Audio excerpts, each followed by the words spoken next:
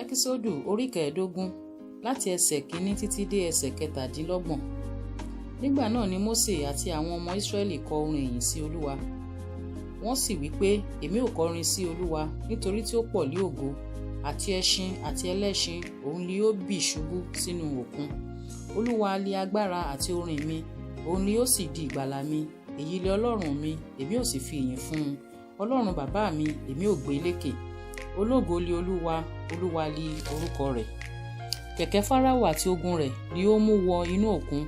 Àwọn ayò olórí ogun rẹ̀ ni ó sì rì nínú òkun pupa.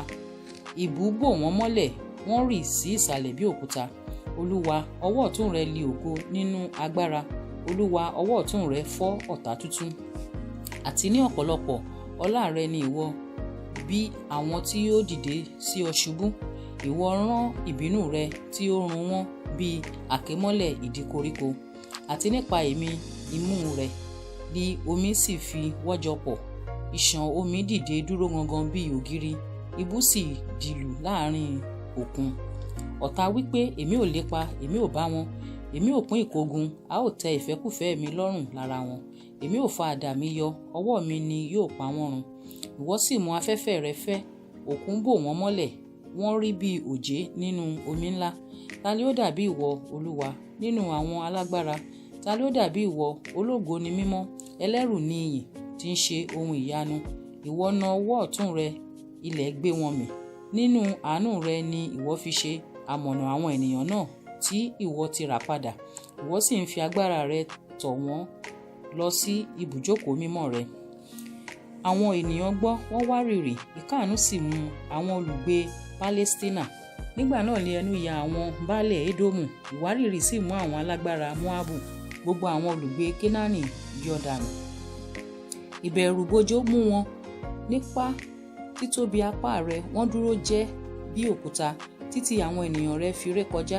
Olúwa, títí àwọn ènìyàn rẹ tí ìwọ ti rà fi ré kọjá. Ìwọ ó mú wọn wọlé, ìwọ ó sì gbìn wọn sínú òkè ilẹ̀ ìní rẹ. Olúwa, ní ibi tí ìwọ ti ṣe fún ara rẹ láti máa gbé. Olúwa, ní ibi mímọ́ náà tí ọwọ́ rẹ ti gbé kalẹ̀. Olúwa yóò jọba láé àti láéláé. Nítorí ẹṣin Fáráò wọ inú òkun lọ pẹ̀lú kẹ̀kẹ́ rẹ̀ àti àwọn ẹlẹ́ṣin rẹ̀. Olúwa sì tún mú omi òkun padà sí wọn lórí.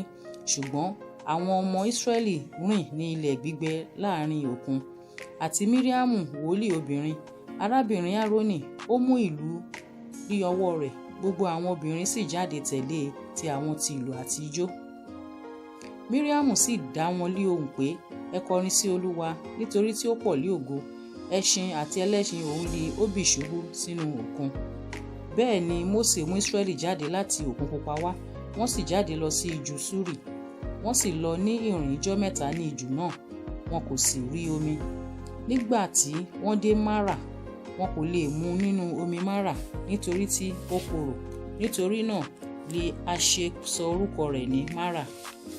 Àwọn ènìyàn náà sì ń kùn sí Mósè wípé, kí lè àwa ó mu? Ó sì ké pe Olúwa, Olúwa sì fi igi kan hàn án. Nígbà tó sì sọ sínú omi náà, omi sì di dídùn. Níbẹ̀ ni ó sì gbé ṣe òfin àti ìlànà fún wọn. Níbẹ̀ ni ó sì gbé dán wọn wò. Ó sì wí pé, bí ìwọ ò bá tẹ́tí sílẹ̀ gidigidi sí ohùn Olúwa Ọlọ́run rẹ, tí ó bá sì ṣe èyí tí ó tọ́ lé ojú rẹ̀, tí ìwọ ò bá sì fetí sí òfin rẹ̀, tí ìwọ ò bá sì pa gbogbo àṣẹ rẹ̀ mọ́, èmi kì yóò sì fi ọ̀kan nínú àrùn wọn nì tí mò ń múra sára àwọn ará Íjíbítì sí ọ lára, nítorí èmi ni Olúwa tí ó mú ọ lára dá. Wọ́n sì dé Élímù, níbi tí kànga omi 12 gbé wà, àti 70 ọ̀pẹ. Wọ́n sì dó sí ìhà omi wọn nì níbẹ̀.